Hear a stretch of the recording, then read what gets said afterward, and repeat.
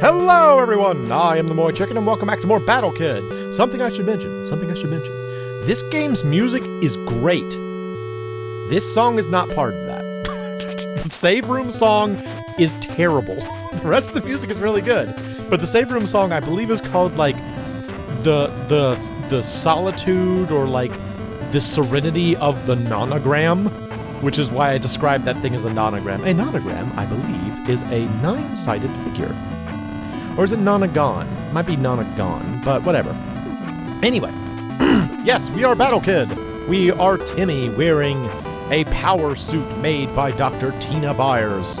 And we have arrived at the fortress of Il-Akham, which was supposedly inhabited by wizards. Wizards who made technology. And apparently, our power suit here is made using the same technology that the wizards used to build this fortress. However, apparently the fortress has recently come online, and she has reason to believe that they are building a death machine here, a giant battle mech that is a problem. We don't want that. So we're here to stop it with our little pew pew pew bullets. Pew pew. Oh good. Serenity of the Not. Like listen how terrible this song is. Okay. This song is good. It's like all Mega Man-y. It's cool. It sounds really good. And then it's burp, burp. It's like, what were they doing with this one song? Why is it so bad? Anyway, yeah, we're here to stop them. So, and along the way, we're going to die a great many times. When I first played this game, I didn't know that Timmy was a human being. I thought he was like a robot. He's like just a kid. This is a small child dying over and over again. I really had no idea. I was like, oh no, Timmy, I'm sorry. Had I known, I would have tried to be better, but no, you know how it is. Ugh, these guys. These guys are called shotgun drones, and they're kind of a pain. There's the invincible blob. Very important that. Save. Alright, let's go back and check on our terminal and see what we got. Terminal, tell me what to do next. Go, Terminal, go! Yeah. Newfound jumping ability, ascend the fortress up into the sky. Oh, we're going to the fortress! The air fortress, I think, is my favorite part of the game. I love the air fortress. Or the sky base. It has the best music. It has a really good song. It's the point in the game where I started to really kind of take off and feel like, oh, I like this game, maybe. Listen to this music for a sec.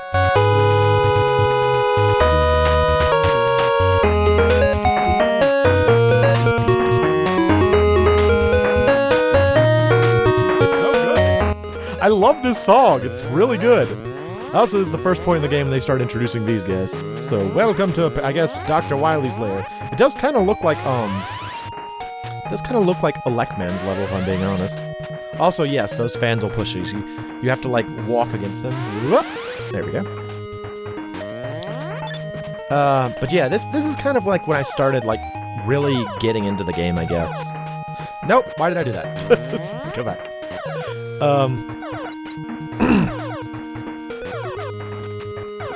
This was also the source of one of the more frustrating things late in the game for me. There's a, like, as I mentioned before, there are keys that you get. There's 1, 2, 3, and 4. And when you finish, the 6th boss, the little terminal tells you that there's a 4th key, but you don't actually need to get it. But it says the 4th key is located somewhere in the sky. It might be useful to have it. And sure enough, you can't actually get, like, the good end of the game without it. But it's not actually in the sky. It's not in the sky. What is in the sky is the damage well, that's not right. What is in the sky is the damage amplifier. So you need the 4 key, which is actually in a cave, to get the damage amplifier, which is in the sky. I don't know. Little thing, kind of frustrating. I was irritated about that. But anyway, so what should I say about this game? I will say this much. Like, you see me playing it. There are a couple of central things you need to know to play this game. The first and most important is Timmy's movement. Timmy's movements are very specific. He has no acceleration. As soon as you tap the button, he moves at full speed. And a lot of the timing in the game is based on exactly that, his movement speed. So, there are a lot of places in the game where you're like, okay, well, I need to be able to outrun this. Well, good news is, your exact movement speed is how to outrun it. These guys are not a good example of that, but... So you have to get very used to how he moves. It's very crisp, it's very quick. Same thing for his jump height. The game becomes much more playable as you get more jumping abilities. Doggone it. Dang it. But early on, you have to really get a handle on how he jumps. What else is very useful to know? Important thing to know is just to kind of take it easy. Like, again, I disliked this game at first because I thought it was one of those frustration games. And so anytime I died when I first played it, I was like, oh, they're trolling me. They're, like, irritating me. Somewhere in a dark lab somewhere, some program is going, hee hee hee. But I would actually argue that it feels more like CVOT Games were trying to make a game that was fun. They just included, you know, they could have made this game a real contender if they had just kind of added damage. And from what I understand, when CVOC released this game in Japanese, doggone it, I thought I was going to make it. They did make it so that you could recover. They gave you health points. Like for, I think, the first 3 difficulty levels, you could take more than one hit. And that probably makes the game a lot more playable. I haven't tried it, but I would imagine that it's a more fun game when you can recover. Anyway, but yeah, you just kind of need to accept that, like, a lot of the margins in this game are razor thin, in the same sense that, like, with ghouls and ghosts, you don't necessarily expect to, you know, win without dying even once. And there's a fair number of save points, so it's not like it's really that hard to recover. You just kind of have to get used to it and learn, you know? And, you know, you might say, well, that's the same way with any one of those troll games, that you just, you know, you keep doing it until you figure out all the little tricks. With this... Man, okay, I'm gonna have to stop on that second platform. With this one, though, what I like about this game over those kinds of games is that it never betrays its own rules. It introduces all the rules to you. You know, all of the movements are very regular. We actually might have seen most of the enemies by this point, with the exception of the underwater ones. So you don't have to learn that many new patterns. And you just kind of have to circumvent each room. Each room has a very specific task that it puts before you, and you figure it out.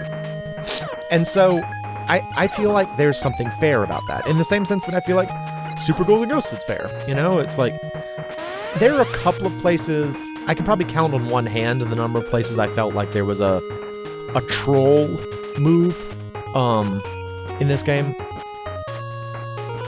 But yeah, for the most part, I'd say it's pretty fair. And I like that. Ooh, okay.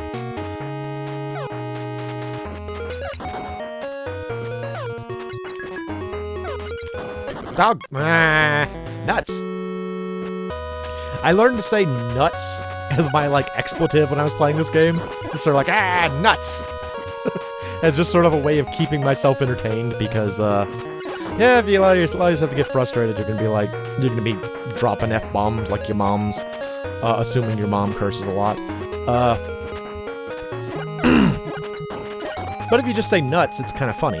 Or like rats. Just something silly, or like, darn it. You know, something that you could then laugh about. You're like, that's dumb. But, yeah, we're gonna play it. I'm curious out there, people who have either played it or know about this game, because, once again, this is a homebrew game. It's not an official NES release. Came out in 2010, I believe. That's at least what the copyright date is.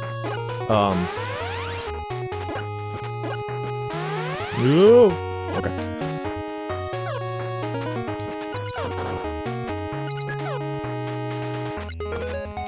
Gotcha. Whoa. Can y'all hear my controller? I feel like I'm very snappy when I play this game, like moving all over the place. Ooh, we're about to go into space! Yay, space! I like space. I think the other reason I like this level is because it kind of reminds me of Crash Ban's level from Mega Man 2. Rainbows, yay! Rainbow spikes, yay! And I like Crash Ban's level. Whoa. Nuts. That's just timing. Into space! Hooray! Now these guys you can actually kill, but they take too much damage for you to be able to kill them on the way over to you. The only way that's really feasible to kill them is if you kill them while they're not moving yet. So, not really worth it.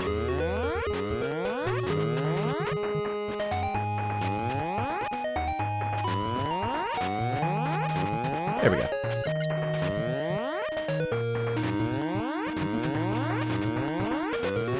Woo! Oh, I hate this one. Okay. Go, go. Purple power! That's the most fiendish one. You have to just walk. Hey! Okay, cool. We're about to fight the second boss. Yay! Now, it might seem like I'm flying through the game at this point. It's gonna get harder. It does get harder, so... Giant MoeChicken! Super Ultra MoeChicken! I think you're actually safe from the overhead laser in the corner there, so... Yeah. It shoots out little birds. You gotta shoot them in the eye, as you do. Probably no surprise there. You shoot him in the eye for a while, and you might notice it's changing color. Eventually, we will defeat this. I love that this is not the super mech.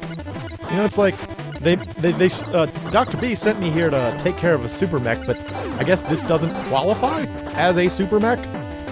Why? I don't know. I mean, it's a pretty big mech, and it's super. It is a giant bird. There we go. Got him. Not too hard, though. First two bosses aren't that difficult. It's more just timing and positioning. Again, which is every game. But, the next boss is awful. I'm not looking forward to the next boss. The next boss is actually as far as I got when I was playing last night, so... Alright, we have the number 1 key, which means we can destroy that. However, let me show you something that is very, very, very, very, very easy to miss. This. This is the way to the damage amplifier, and as you can see, we need the number 4 key. So when I said that it's in the when that note said that the damage or the number 4 key is in the sky, what it actually means is that the damage amplifier is in the sky. So we will come back here much, much later in the game. Before that, down we go. Whoa, whoa, whoop. It is kind of funny how you see like all of these Mega Man staples in this game. Like, it's pretty clear that the designers of this knew their Mega Man, and they were like, we're gonna make a game that's based on Mega Man, but features this really high difficulty curve. Whoop. These guys. Apparently those guys are called stalker drones, which, I mean, I get the name, but it's a little suspicious if I'm being honest. It's sort of a strange name.